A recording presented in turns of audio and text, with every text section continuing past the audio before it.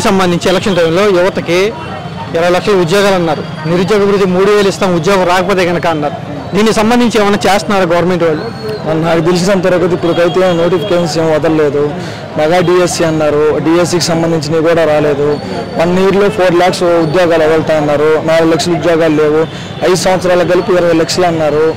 ఈ సంవత్సరంలో 4 లక్షల ఉద్యోగాల్లో సరే 4 లక్షలు తీసేయండి, 1,00,000 ఉద్యోగాలన్నా వదలాలి కదా. ఇక్కడేం వదలలేదు కదా. జాబ్స్ అయితే నాకు తెలిసినంత వరకు లేవన్నా. నిరుద్యోగ వృత్తి గురించి ఏమంటారు?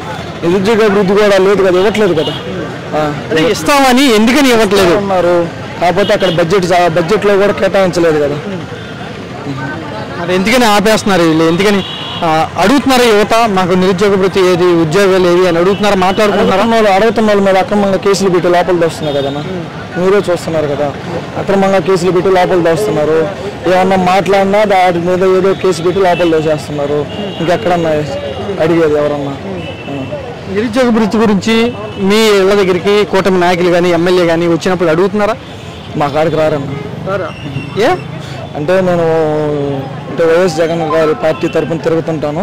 దానివల్ల మన కాడికి ఎవరు రారు. ఎవరు వచ్చి అడిగింది లేదు, చేసింది ఒక పథకం కూడా మనకు రాదు. సంవత్సరం పూర్తయిన సందర్భంగా ఎమ్మెల్యే గడప గడపకి రావట్లేదు మీకు? మా కాడికైతే రాలేదన్న. ప్రస్తుతానికి ఇంకెక్కడికన్నా వెళ్తున్నాడేమో మనకు తెలియదు, కానీ మా ఏరియాకి అయితే రాలేదు.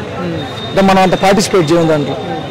పవన్ కళ్యాణ్ గారు కూడా ఎలక్షన్ టైంలో యువతకి దాదాపు 5 లక్షల రుణం కూడా ఇప్పిస్తాను, ఏదో ఒకటి మీరు ఉపాధి పెట్టుకోవచ్చు అని పవన్ కళ్యాణ్ గారు కూడా హామీ ఇచ్చారు. దాని గురించి ఆయన ఏమైనా మాట్లాడతారా? అతను సినిమాలు చూసుకునేలాగే సరిపోతుండే కదన్నా. అతను సినిమాలు చూసుకుంటున్నాడు కానీ ప్రజల గురించి ఏది మాట్లాడుకోవట్లేదు. తన సొంత నియోజకవర్గంలోనే ఎస్సీలని బయటకు వెళ్ళేస్తే ఎవరు పట్టించుకోలేదు. అతను అసలు మాట్లాడలేదు. ఆడపిల్లకాయల మీద రక్షణగా ఉంటానన్నాడు. ఈ మధ్యన మైనర్ బాలికల మీద ఎన్నో రేపులు జరుగుతున్నాయి, ఎన్నో అరెస్టులు అన్నీ జరుగుతున్నాయి. ఒక్కడికి పట్టించుకోవట్లేదు. రైతుల పరంగా చూస్తే మిర్చి రేట్ లేదు, పొగాకు రేట్ లేదు, ఏమీ రేట్ లేదు. అతని సినిమాలకు మటుకు టికెట్ 600, ప్రీమియర్ షోలకి 750 ఇట్ట పెట్టుకున్నాడు, కానీ రైతుల పరంగా ఒక్క రేట్లు పెంచలేదు. పెంచారో పెంచలేదో మీకు తెలుసు, తెలవకుండా లేదు. సంవత్సర కాలంలో పవన్ కళ్యాణ్ గారు ప్రజా సమస్యల గురించి, రైతుల సమస్యల గురించి ఎక్కడన్నా నోరు మెదిపారా? యువత గురించి కానీ ఏమన్నా మాట్లాడారా? నోరు ఏం మెదిపింది లేదన్న. మరి ఏం చేస్తున్నారు ఆయన? ఏం చేస్తా, అతని సినిమాలు అతను తీసుకుంటున్నాడు.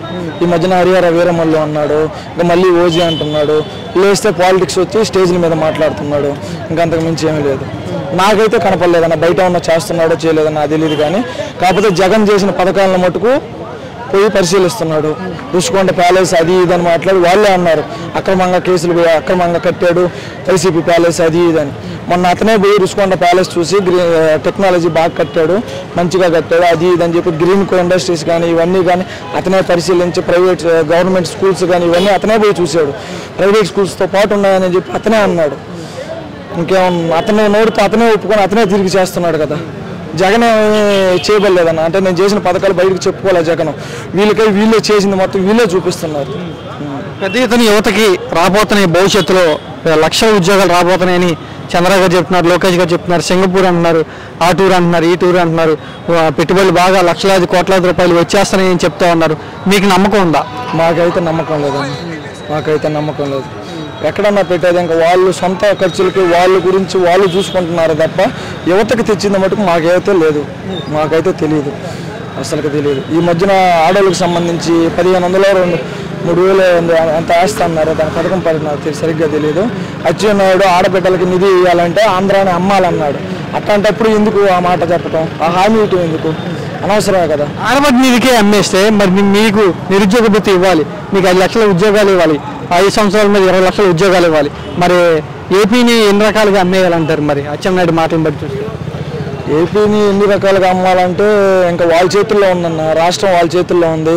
ఇప్పుడు ఎవరు ఏదన్నా మీడియా పరంగా కానీ బయట వచ్చి కానీ ఏదన్నా వాళ్ళ టీడీపీ నాయకులకు ఎదిరించినా చేసినా ఏమన్నా తప్పుగా మాట్లాడినా చేసినా అక్రమ కేసులు పెడుతున్నారు, జైల్లో వేస్తున్నారు.